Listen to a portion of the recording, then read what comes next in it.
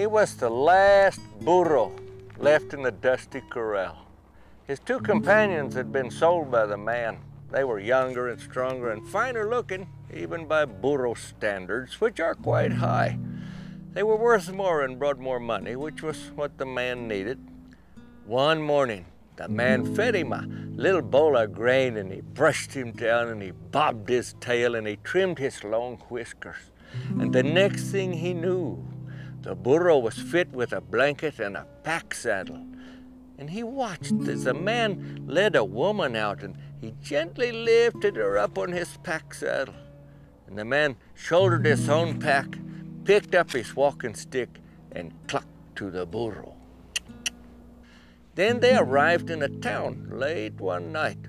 The man went in the house, and the woman waited. A little bit, the man came back and led the burro around behind the stable where he was watered and tied in a far corner, and they fed him some grass hay. The burro watched as the old man put a blanket in one of the stalls and laid the woman down. Time went by, and later in the night, the woman walked out carrying a little baby and laid him in the hay manger. The burro slept, as old men do, with one ear cocked. He saw the sheepmen come, and he heard the singing. Well, as the years went by, the woman would bring the growing man-child out to the corral, and she would hold him up, and she would set him on the burro's back, and she would talk man-talk to the little child.